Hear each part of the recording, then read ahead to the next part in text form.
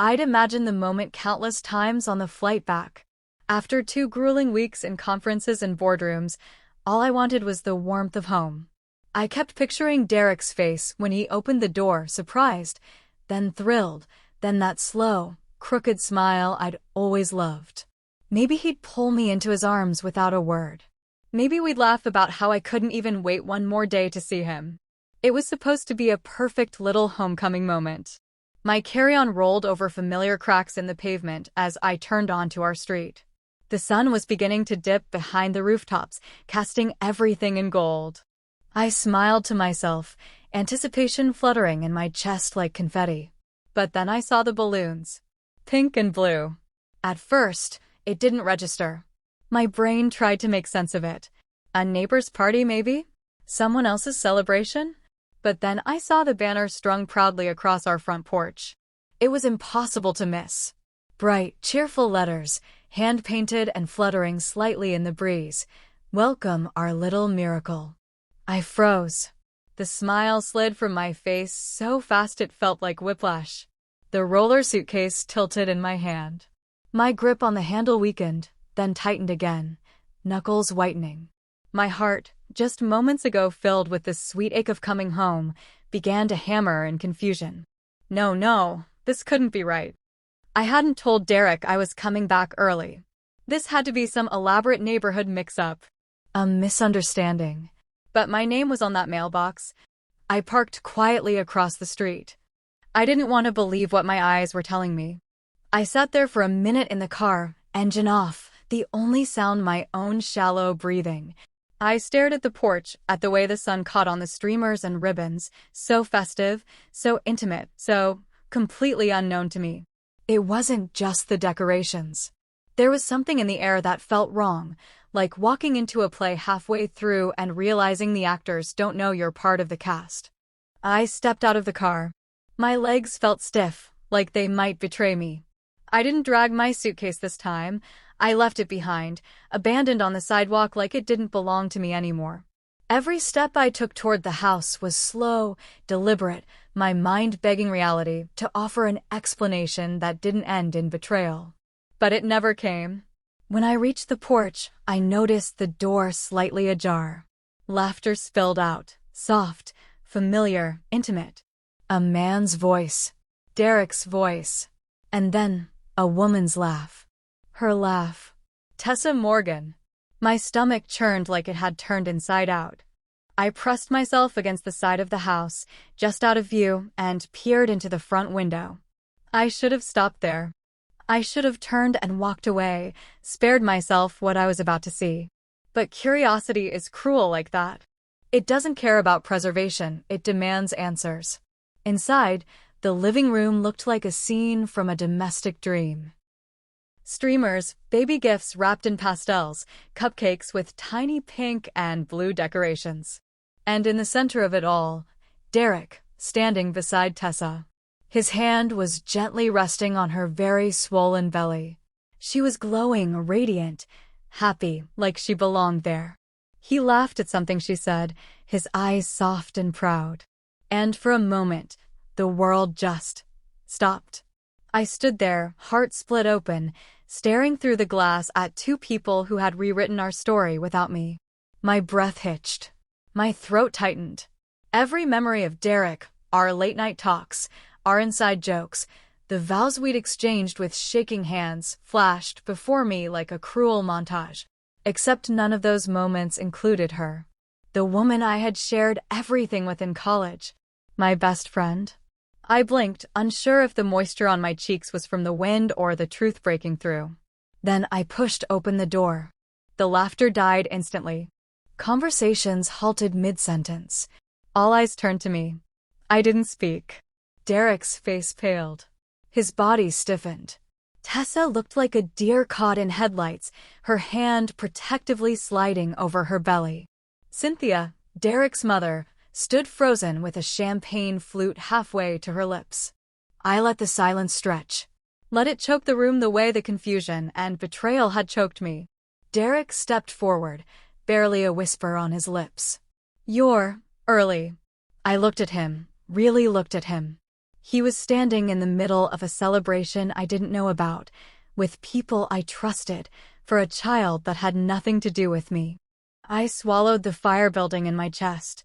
"Yeah," I said, my voice steady and quiet. "Just in time, it seems." I didn't walk in like a hurricane. I glided in like a ghost. Their stunned faces painted a portrait I would never forget. Derek's mouth moved soundlessly, his mind scrambling to stitch together some excuse, some justification for the scene. Tessa, my best friend since college, looked like a porcelain doll someone had carelessly dropped. Her hand remained on her belly, instinctively protective, as if I might lunge for her. The absurdity of it almost made me laugh. Me, the threat? I didn't say a word as I stepped further inside, slowly closing the door behind me with the softest click. The quiet in the room was so dense, so absolute, I could hear the banners fluttering slightly in the air conditioning. My eyes scanned the room. Cynthia Carter, my mother-in-law, wouldn't meet my gaze. She clutched her drink tighter, suddenly very interested in the pattern of the rug beneath her heels. I noticed Derek's older cousin, Greg, shifting awkwardly, whispering something to his wife. They both looked uncomfortable, guilty even. They knew. They all knew.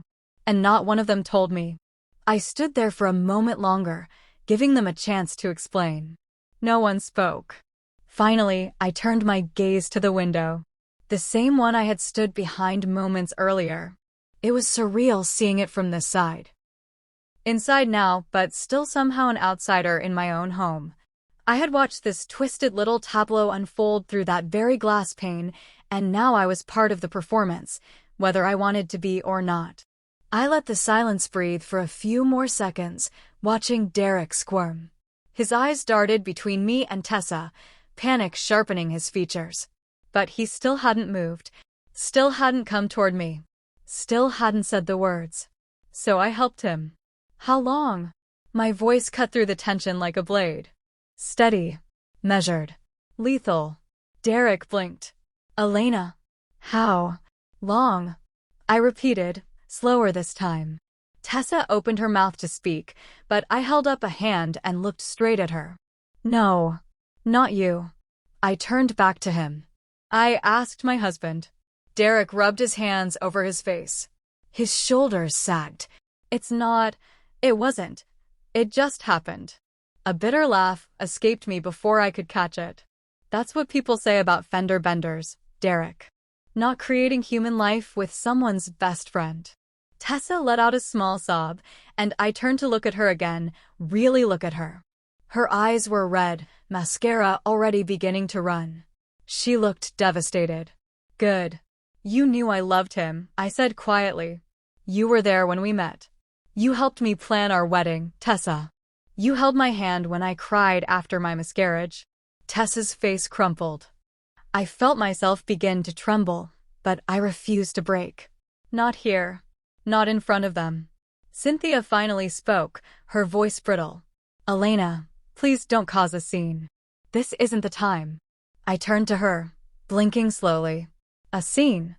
I repeated. "Cynthia, I just walked into my house, unannounced, to a surprise baby shower for my husband and my best friend. Forgive me for not curtsying." Greg looked like he wanted to be anywhere else. His wife elbowed him gently, and they quietly moved toward the hallway, no doubt trying to escape before I said something they couldn't unhear. I didn't care. I wasn't here for them. Derek finally stepped closer, his hands out in front of him like he was approaching a wild animal. "Elena, listen, we never meant for this to happen. It was loneliness. You were always gone. We just connected." I felt my jaw clench.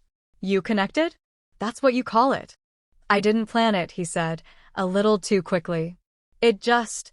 After the miscarriage, you shut down. You pushed me away. And so you went to the one person I trusted most?" My voice cracked, just once. "I hated that." He faltered. I was hurting too. I stared at him. There were a million things I could say. 1,000 ways to gut him with the truth. But instead, I stepped back and looked around the room again. The balloons. The banner. The gifts. The cupcakes.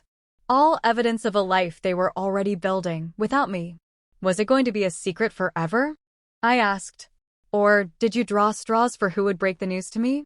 Derek didn't answer. I nodded to myself, then turned and walked toward the staircase. Elena, Tessa said suddenly, her voice trembling. Please. I didn't mean to hurt you. I stopped on the second step, hand on the rail, back still to her. I let the moment hang. You didn't mean to? I said, still facing away. You just did it anyway. Then I kept climbing. Each step was a battle. Each footfall an effort to hold in the screaming hurricane rising in my chest. I made it to the top, stepped into the bedroom I used to call mine, and closed the door gently behind me. And there, in the quiet, I finally let my legs give out. I didn't cry in the bedroom. I didn't scream. I didn't even touch anything. I just sat on the edge of the bed, the same bed Derek and I had shared for years, while the laughter and party sounds from downstairs turned to muted murmurs. Then silence. The kind that wraps around you like a damp blanket. Cold. Suffocating. A few minutes passed before I heard the knock. Soft. Hesitant. Elena? Derek's voice filtered through the door. I stood and walked toward it, opening it just enough to look him in the eye. His face was pale, that nervous half-smile twitching at the corners of his lips like he still thought charm might fix this. My eyes scanned his face and found nothing familiar. I opened the door wider and walked past him without a word. As I descended the stairs, the living room was almost empty now. The decorations still hung in place like relics of a celebration gone wrong. Tessa sat rigid on the couch, her hands protectively folded over her belly. She looked up as I walked in and tried to stand, but I lifted a hand. Don't, I said. Cynthia stood near the archway to the kitchen, stiff and uncomfortable. Greg and his wife were long gone. Cowards. Or maybe the smart ones. Tessa's lips parted, as if she might say something brave, something meaningful, but no words came. And then Derek followed behind me, slowly stepping back into the room. That's when the room truly froze. Cynthia's eyes went wide, like she'd just seen something impossible. Her mouth opened slightly, her breath catching in a gasp. Elena, she said, her voice faint, you look like a ghost. I tilted my head slightly, amused in a strange, detached way. Do I? Funny, because that's how you all treated me. Tessa stood then, awkwardly, one hand on her belly, the other bracing herself on the back of the couch. Her face was flushed, eyes glistening. We were going to tell you. When? I asked, cutting her off. Before or after the birth announcement? Before or after you gave the baby my grandmother's middle name? That shut her up. I turned to Cynthia. You knew. She flinched. It's not what you think. It's exactly what I think. You hosted this party. You had to approve that ridiculous banner. I gestured toward it, hanging like a taunt above the fireplace. Cynthia sighed and shook her head. You've always been dramatic, Elena. That word. Dramatic. It snapped something in me. I walked slowly toward her, my voice razor sharp. Dramatic is what people call women when they don't want to admit the damage they've done. Dramatic is a label you throw at someone when you're trying to silence them. You don't get to do that today. Cynthia's face twisted in something between regret and resentment. This wasn't my choice. But you stayed, I said. You stayed and smiled and helped set up balloons. You called her family. You didn't even try to call me. Derek stepped forward. Elena, please just come sit down. We can talk. I didn't mean for any of this. I spun on him. That's the problem, Derek. You never meant for anything. You just let it happen. You let her move in on our life, and you stood there smiling while she did. His mouth opened, but nothing came out. So I filled the silence. I'm not staying here, I said, loud and clear. Not another second. This house? My name's on every document. The mortgage, the deed, the bills. But don't worry, I won't make a scene. I walked past them, pulled my phone from my coat pocket and tapped a number. Derek blinked. Who are you calling? My lawyer. His face went blank. Elena. Tessa's voice was small, pleading. I turned to her. I trusted you. You were my friend. My family. I shook my head, feeling the steel rise in me. And you thought you could betray me, hide behind baby shower cupcakes, and I'd just accept it. She reached out, but I stepped away. You don't get to touch me, I said softly. You don't get to miss me. You made this choice. They all stared at me, guilty, paralyzed, afraid of what I might do next. But I was calm. Calmer than I'd ever been. Derek took one last step closer. Please, don't go like this. I met his eyes. I gave you 1,000 chances to be honest. I gave you loyalty, forgiveness, love. And you gave me secrets. He swallowed hard. So no, Derek, I said, walking to the door. You'll be hearing from my lawyer. That's how this ends. And then I walked out. I didn't slam the door. I didn't cry. I just stepped into the evening light, exhaled everything that had been choking me inside, and let the door click shut behind me like the final punctuation at the end of a chapter one would never reread again. The next morning, the sun poured into the hotel room like it had no idea my life had imploded the night before. I lay there for a while in the silence, watching the beams stretch across the white ceiling, sterile and unfamiliar. I should have cried. I should have broken. But there was nothing left to shatter. I had spent the night turning everything over in my mind, replaying it from every angle. Derek's face, Tessa's belly, Cynthia's smug indifference. It wasn't grief I felt anymore. It was something colder, sharper. I checked out without touching the hotel breakfast. I wasn't hungry. I wasn't anything. My phone buzzed before I reached the parking garage. Derek, please. Let's talk. I can explain everything. I didn't respond. Another message followed. Derek, I never stopped loving you. I was confused. Tessa, it wasn't supposed to be this way. I laughed. Quiet and humorless. Wasn't supposed to be this way, he said, as if he hadn't carefully chosen each moment to betray me. As if cheating had happened to him instead of being something he actively did. I got into my car, turned the engine, and drove. Not home. That place was no longer mine. I couldn't look at those walls, that couch, the dining table where we'd planned our future and laughed over burnt pancakes on Sundays. Every room would feel like walking into a crime scene. Instead, I drove to the office of Raymond Wells. Divorce attorney. Highly recommended. Efficient. Discreet. Merciless, according to one of my colleagues who'd used him last year after catching her husband with their nanny. Mr. Wells didn't greet me with false sympathy or wide-eyed concern. He offered me coffee, sat me down, and got to work. Just how I needed it. Is your name the sole one on the house deed? He asked. Yes. Joint accounts? Yes. But I've already moved most of my savings into my private account. He nodded with approval.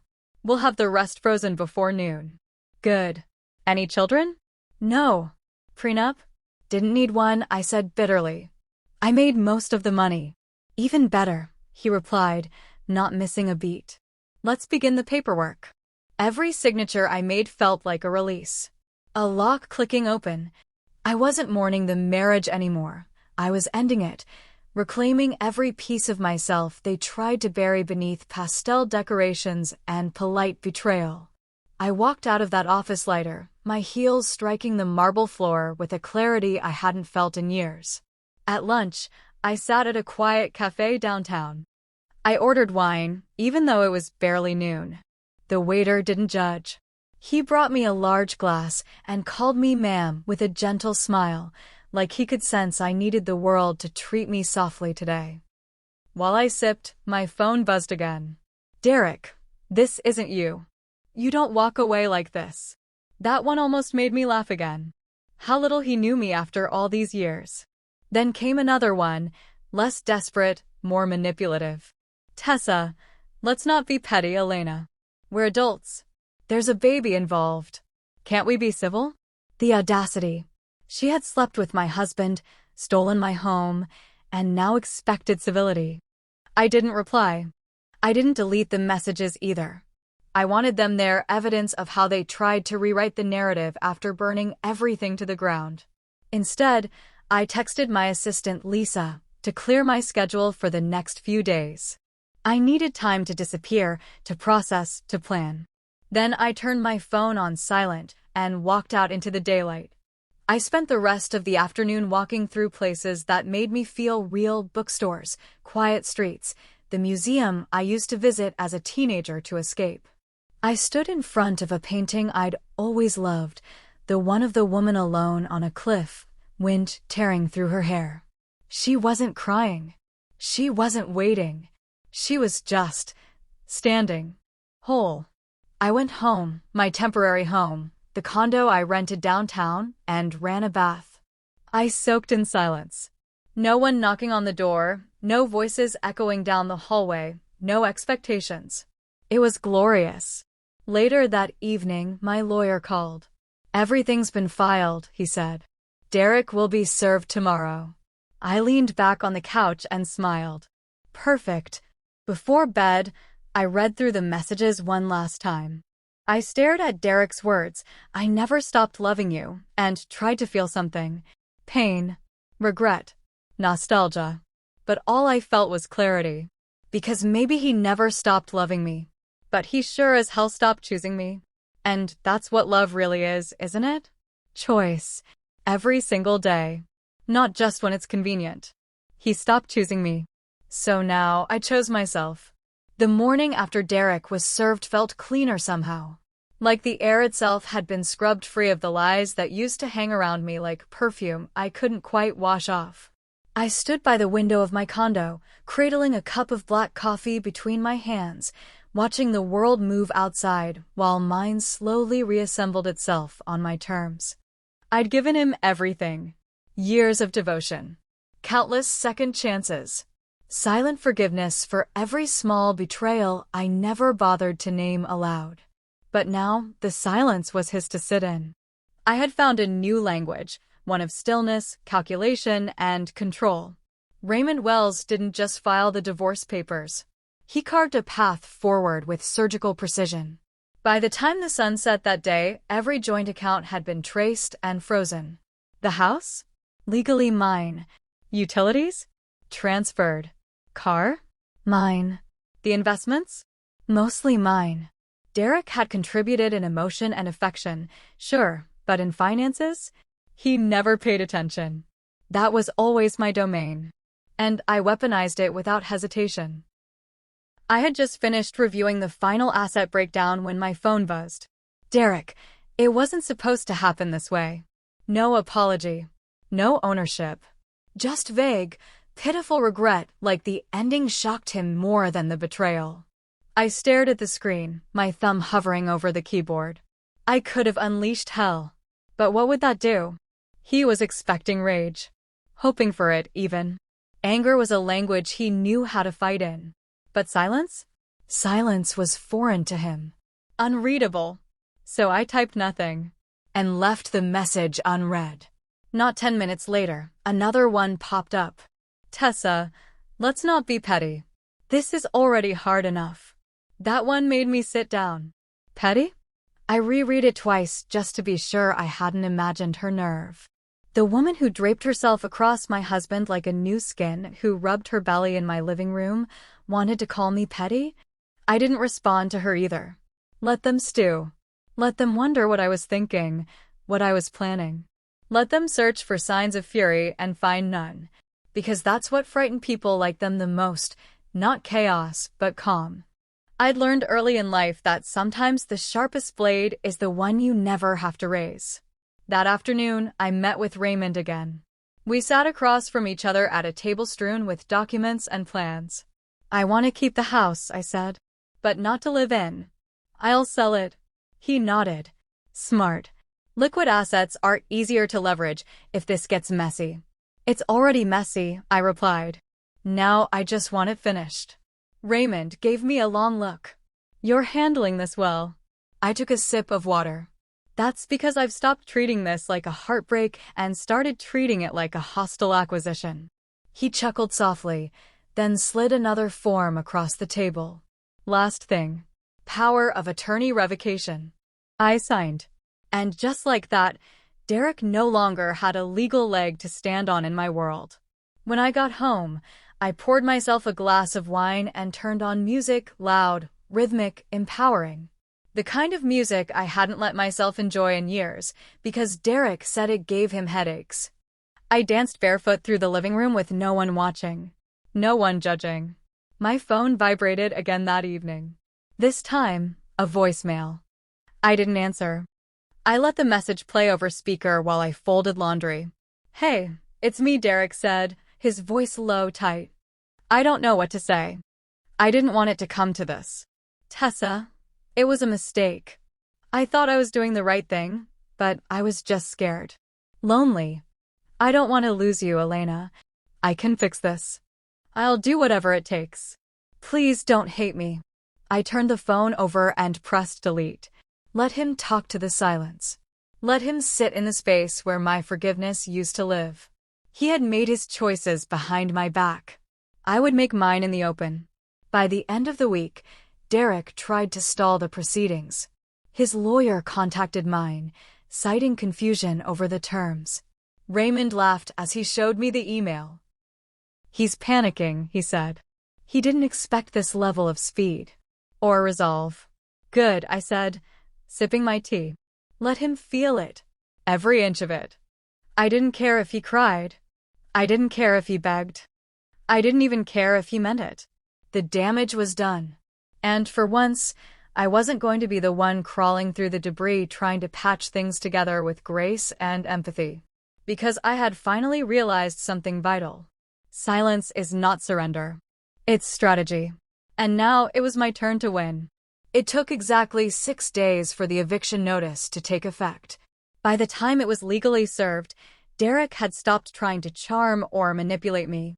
The messages had slowed. The apologies grew shorter, more pitiful. And then finally, silence. I welcomed it.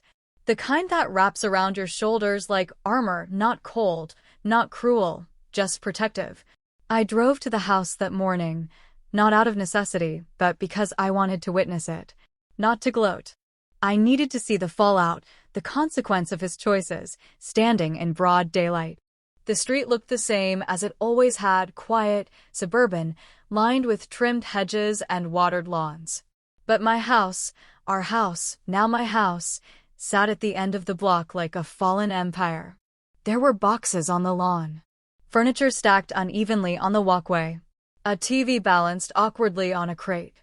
A broken lamp. A trash bag full of clothes that looked like it had split open. I parked across the street and just sat for a moment, watching. Derek stood in the middle of it all, shoulders slumped, jaw tight. He wore a wrinkled shirt, and his hair looked like he hadn't run his hands through it, let alone a brush, in days. Sweat clung to his brow as he moved a chair closer to the curb. Tessa stood on the porch, her belly more prominent now, one hand on the railing, the other shading her eyes.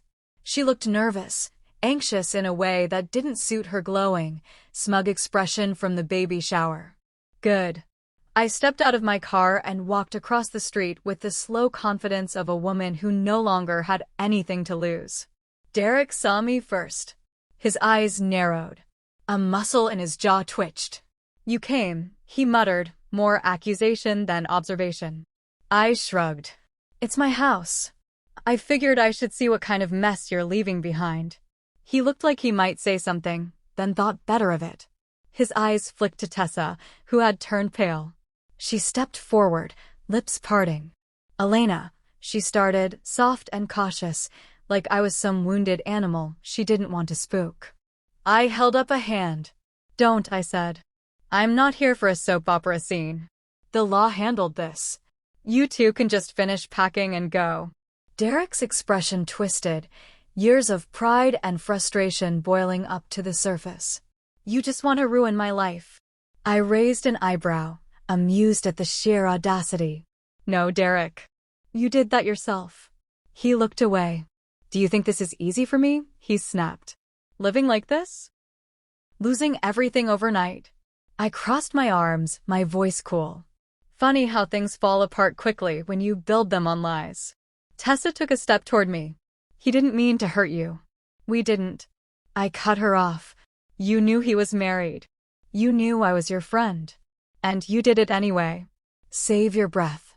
She shrank back slightly, blinking hard, her hand instinctively covering her belly like she could shield her unborn child from the weight of her shame. The moving truck pulled up then. A rusted old thing, probably borrowed from someone desperate to help Derek out of pity. The driver hopped out and gave me a wide berth, like he could feel the storm still crackling in the air. I stood on the sidewalk and watched them load everything they could. A chair here. A box of dishes there. None of it mattered to me anymore. The house behind them, stripped down and quiet, felt like a carcass. A memory I had finally stopped mourning. As they finished, Derek approached one last time. He looked tired. Not physically hollow. The kind of tired that doesn't sleep away. This isn't who you are, he said, his voice low, almost pleading. I met his eyes without blinking. You have no idea who I am anymore. You used to forgive. You used to talk things through. I also used to trust you, I said. We all outgrow something.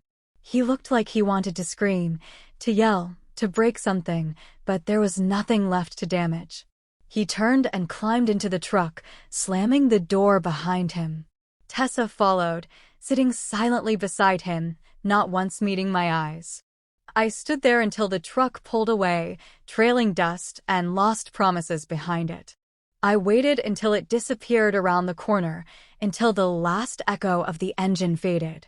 And then I walked back inside. The house was quiet. Empty. No voices. No betrayal. Just walls and floors that once held a marriage and now held nothing but me. I wandered into the kitchen. The sink still had a faint ring from that awful mint dish soap Tessa liked. The fridge hummed softly.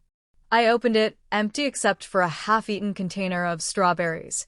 I threw it in the trash. I walked through each room like I was laying a body to rest. The guest room where Tessa once cried over bad dates. The hallway where Derek kissed me on New Year's. The master bedroom where the betrayal began, probably long before I realized. I took it all in. Then I opened the windows. I let the air in. I let the ghosts out. It didn't take long for the cracks to split wide open. I didn't need to follow Derek's downfall. I could feel it. Like tremors before an earthquake, it showed up in small, subtle ways at first. Unread messages piling up. Friends of his mutual friends, once, texting me vague things like, "Are you okay?" or "This is all so messed up." Some even apologized. I didn't reply. I wasn't angry anymore. I was uninterested. Then came the real signals. It started with a message from Kara, one of Derek's coworkers. We'd never been close, but we'd been polite. I hadn't heard from her in years. Kara, hey, not sure if I should be saying this, but Derek showed up at the office yesterday. They had to call security. He's not doing well. Just thought you should know. I stared at the message, rereading it with the quiet numbness of someone watching a distant fire burn a house they used to live in. I didn't feel bad. I didn't feel victorious either. It was simply cause and effect. Tessa left him 2 weeks after the eviction. I heard about it from a neighbor who ran into her at the pharmacy. She looked exhausted. The neighbor whispered, like she was sharing a scandal. Said she's staying with her cousin now. Baby's due in 2 months. Said Derek's unstable. Unstable. That word hung in my head. I didn't respond to the neighbor either. I just nodded, thanked her for the update, and went about my errands like it had nothing to do with me. Because in truth, it didn't anymore. That version of me, the woman who would have run to help, who would have tried to fix the mess, was gone. Derek started spiraling after Tessa left. He had no job. He'd been coasting on my salary and name for so long, he hadn't kept his resume updated, let alone his skills. The gym he occasionally mentioned opening, that was all talk. All dream. No action. He was all charm, no grit. It didn't take long before the messages changed. Derek, please.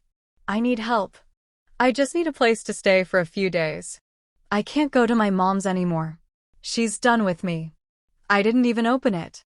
I sipped wine instead. I wasn't surprised Cynthia had finally washed her hands of him. That woman had enabled him his entire life, but even she had a limit. I imagined the scene, Derek showing up on her porch, bags in hand, begging for a couch and forgiveness. Cynthia, all pearls and pursed lips, finally drawing the line. He had no one. Even his friends, the ones who once called me the best thing that ever happened to him, started messaging me behind his back. Mark, he's crashing on my sofa, Elena. Drinking. Not eating. He doesn't even talk. This is bad. Jules, I know you don't want to hear about him, but he's spiraling. He's burning bridges. All of them. I blocked them both. They didn't care when the betrayal was fresh. They didn't speak up when the lies were unfolding. They only reached out when his collapse became inconvenient to them. It was strange how grief had morphed into indifference. I didn't even feel the sting anymore. Just distance. Like watching a play through a foggy window. I could see it happening, I understood the narrative, but I wasn't a character in it anymore. Let him implode. Let the man who set fire to his own life sit in the ashes and call it unfair. I kept my head down, rebuilt what I had to. I focused on the things that gave me control: work, my body, my future. I hired a realtor, listed the house, started house hunting with a quiet determination. I enrolled in yoga classes again. Picked up a sketchbook for the first time in years. Started sleeping through the night. And somewhere in the middle of all that healing, I started to feel good. Not just functioning, but alive. Free. The implosion wasn't mine to clean up. I didn't owe him rescue. I didn't owe him grace. He had left me to drown in silence, while he built a new life with someone else, never expecting I'd learn how to swim through the fire. But I had. And now, watching him flail in his own wreckage wasn't satisfying, it was just justice. One night, I received a final message. No name. Just a number I hadn't saved. Unknown. I don't know how I became this. I miss you. Not because I deserve you. I just miss the person I was when I was with you. I read it once. Twice. And then I deleted it. I didn't need to know who he was when he was with me. I knew who he was after. And that was enough. I hadn't planned on seeing him again. It was a Friday night, one of those rare evenings when the city air felt light and my skin didn't feel too tight.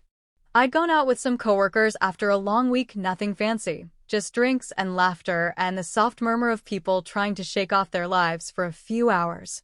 We ended up at a dimly lit bar tucked behind a jazz lounge. The kind of place where no one knew your name and the bartender poured generously. I was halfway through a second glass of wine when I saw him. At first, I wasn't even sure it was him. His shoulders looked smaller, like someone had reached in and taken the bones out of his confidence. His clothes were wrinkled, no longer stylish, just thrown together. He sat at the bar, slouched forward, nursing something amber in a lowball glass. His hair was longer than I remembered, curling awkwardly at the collar, unkempt in a way that made him look older, tired. He turned his head slightly, and that's when our eyes met. Time didn't slow. My breath didn't hitch. If anything, it was like seeing a stranger across a crowded room, familiar in outline, but hollow where it counted. He blinked as if unsure I was real. "Elena," he asked, voice dry and uncertain. I stood frozen for a beat, then took a long sip of my wine and walked toward him. Not out of curiosity. Not out of longing. I just needed to see him up close. Needed to face the ghost I'd already buried. He turned fully on the barstool as I approached. "You look different." "Free will do that," I said simply. He offered a weak smile, a crack of the man I once knew. "You look happy." "I am." He studied me for a moment like he didn't quite understand that. Like the equation didn't add up in his head, his absence and my happiness living in the same space. Are you with anyone? He asked, fiddling with his glass. I raised a brow. Are you really still allowed to ask me that? He nodded slowly. Fair. I watched him for a long moment. There were bags under his eyes. His hands, once so sure, now trembled slightly when he lifted the glass. His fingernails were ragged, bitten. He looked hollow. And I felt nothing. He set the glass down and turned his full attention to me. Are you happy now? He asked. I leaned forward slightly, letting my fingers trail along the rim of my wine glass before answering. More than ever. That hit him. He recoiled like the truth had teeth. I lost everything, he said, his voice soft. Tessa's gone. Moved out last month. The baby's with her. I haven't seen them in weeks. Her family wants nothing to do with me. I'm staying with some guy I barely know from college. I keep applying for jobs and getting nothing. Everything just fell apart. I stared at him, my expression unreadable. Everything didn't fall apart, Derek. You pushed it over. You set it on fire and then stood there waiting for someone else to put it out. He looked down at the bar. I know. I gave you a life most people dream of, I continued, my voice steady, not cruel. Stability. Loyalty. Love. You took that and gambled it for? What? Excitement? Validation? I thought she cared, he whispered. She probably did, I said. But not in a way that could last.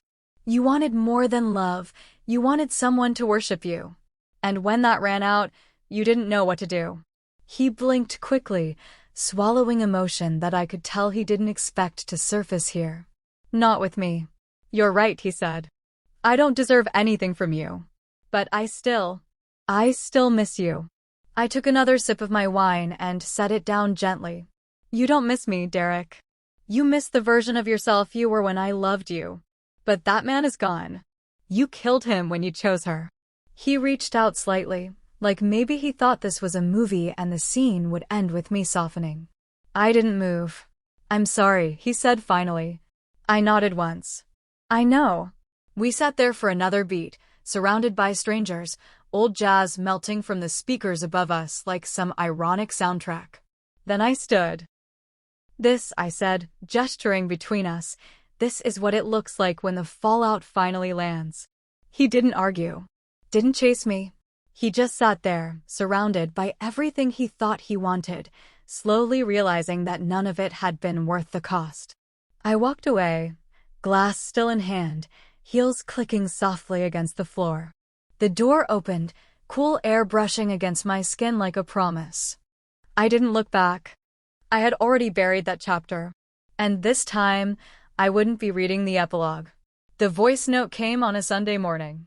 I had just finished a long, meditative walk through the park. The kind where the breeze whispers against your skin like a secret, and the trees above stretch out like they're rooting for you. I wasn't thinking about them. Not Derek. Not Tessa. Not any of it. My thoughts were light, new curtains for the guest room, whether to try a new Thai place downtown, whether I'd finally brave the open mic poetry night Lisa had invited me to. Then my phone buzzed. One new voice message. Tessa Morgan. I froze. Her name hit me like a pebble in a quiet lake, small, but disruptive. I hadn't seen or heard from her since the bar scene with Derek. I didn't block her. I didn't need to. Her silence had been enough. But there it was. My thumb hovered over the play button longer than I should have allowed. I considered deleting it right then and there. But curiosity is a stubborn thing, even when your dignity begs you to let it go. I pressed play. Her voice came through low, tentative, a little hoarse. She sounded like someone who hadn't slept well in weeks. Elena, it's me. I know I'm the last person you want to hear from. I get that. I do. But I need to say this. There was a pause. A breath. I was stupid. And lonely. And weak. And I thought I could find something in Derek that would make me feel less empty. But all I found was regret. I never wanted to destroy you.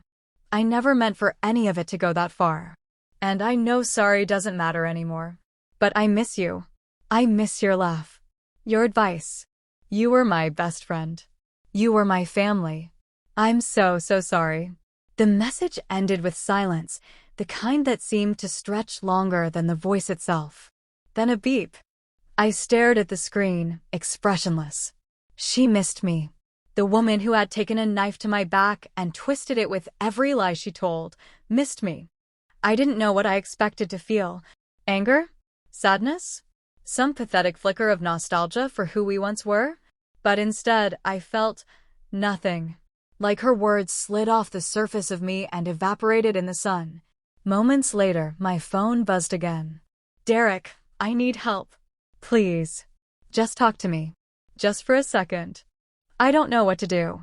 No punctuation. Just desperation. I stood there, watching both messages hover in the air, waiting for a crack in my resolve. But there wasn't one. There was a time when those words might have unraveled me. When a part of me, some wounded, loyal part, would have reached back, even if only out of instinct. But that part was gone now. Or maybe it had just grown up. Because I was not anyone's backup plan. I was not the shoulder people cried on after they finished ruining me. I deleted Tessa's voice note first. Then Derek's message. No hesitation.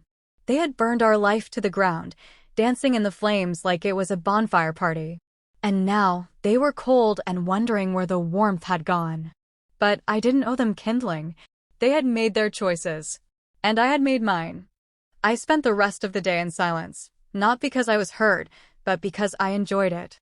I took myself out for brunch, ordered a mimosa, and read the book I'd been meaning to finish.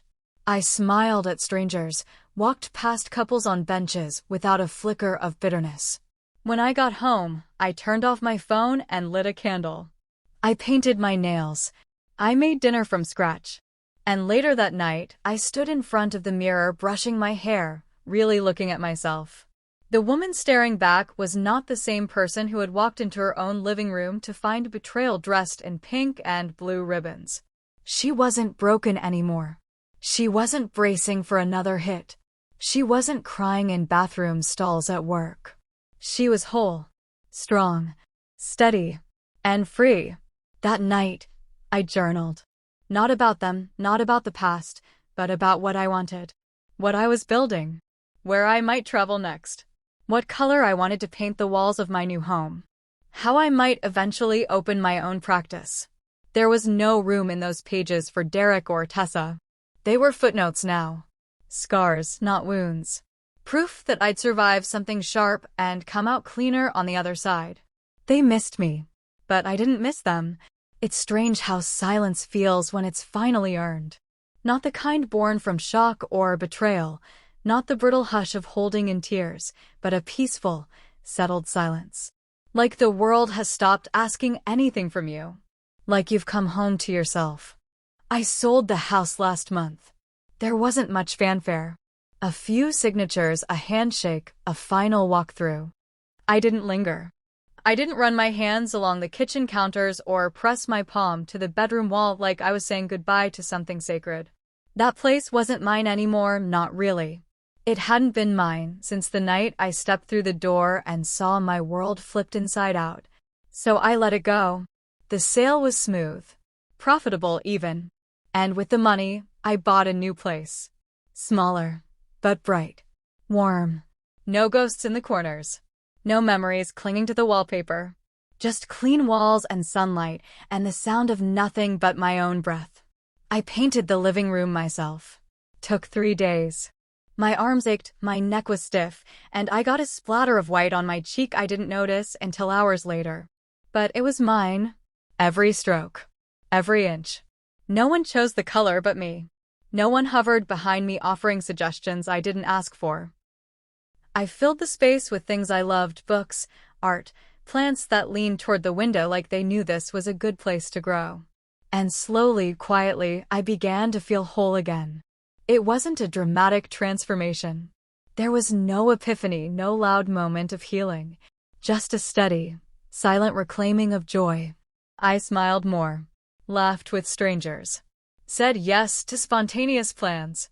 I learned to sleep on my own side of the bed without reaching toward the empty space beside me.